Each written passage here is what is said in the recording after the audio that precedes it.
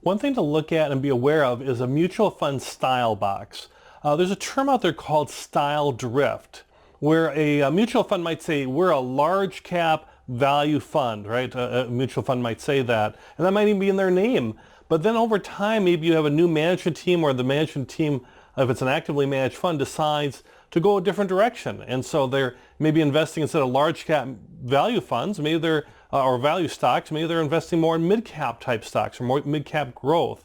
The style box will show you the current position of the fund, the Morningstar style box, and go to morningstar.com, put in mutual funds ticker symbol, or search by the quote for the mutual fund, and you can find a Morningstar style box. Also, mostly all mutual fund companies have the Morningstar style box or a similar box in the description of any of their mutual funds, because they want investors to know, this is what our investment philosophy is for this fund.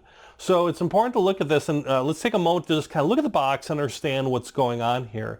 And the idea behind it is you have these different buckets, right? You have 9 different spaces basically, and your fund fits into one of those buckets, at least partially in there. That's the idea of the fund. So for example, on the right hand side you have large, medium, and small. As we learned, that's large cap, medium cap, or small cap based on their market capitalization. So it doesn't necessarily follow 100%, but typically, let's say a large company like Apple or Amazon will be a large cap company, where a smaller startup that is publicly traded might be a small or mid cap type company as far as its market capitalization. So if you're interested in, let's say stocks like Apple and Amazon, you want to look for large cap stocks.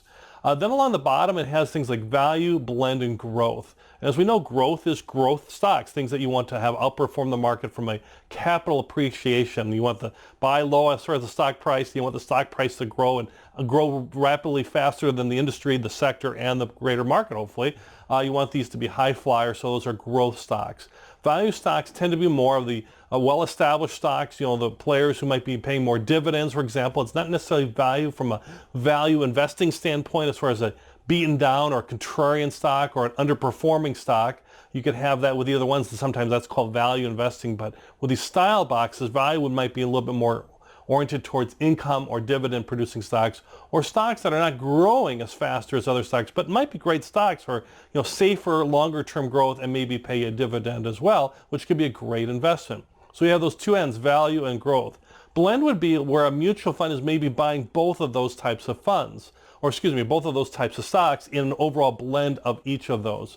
So for example, the S&P 500, the S&P 500 stock fund, or any S&P 500 stock fund, Vanguard is the most famous for that, but Fidelity, Schwab, everybody seems to have an S&P 500 fund.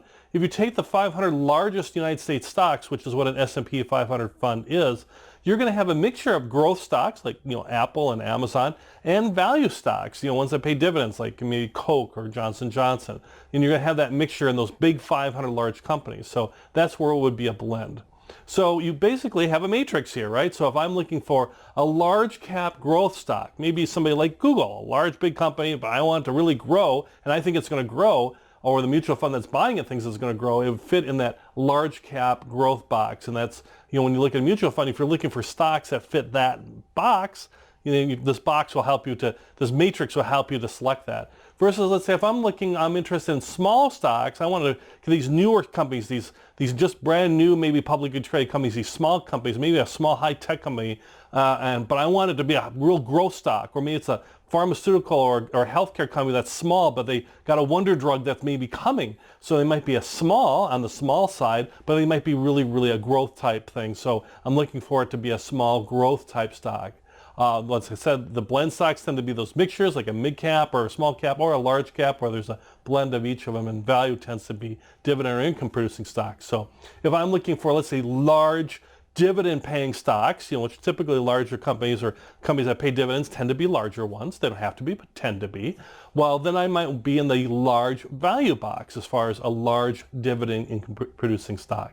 So the idea behind this, it helps me to select mutual funds or exchange traded funds that might meet my needs based on this style box, without having to go through a list of maybe 10s or 20s or hundreds of different types of stocks to try to figure out what it is.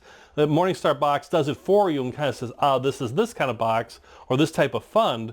And watch also for this style drift. Like if you're investing, looking for dividend paying value, large cap value, dividend paying stocks, and it starts to drift to more of a blend, well, then you're picking up more growth stocks and less dividend stocks. So that might be not what you're looking to do, because it's shifted. It's trying to move, away from that style box. Even though the name of the fund might say, the XYZ company, large dividend growth company fund, it might start to shift to be more of a, just the growth part versus, let's say, the income or the value part. So that's the Morningstar style box, or a style box for mutual funds. And when you're evaluating mutual funds, look at that. You'll find it in the portfolio sections of a mutual fund or in the holdings area. If you're looking at mutual funds, and look at that style box and make sure that style box is meeting your needs as an investor. Otherwise, look at another investment that does.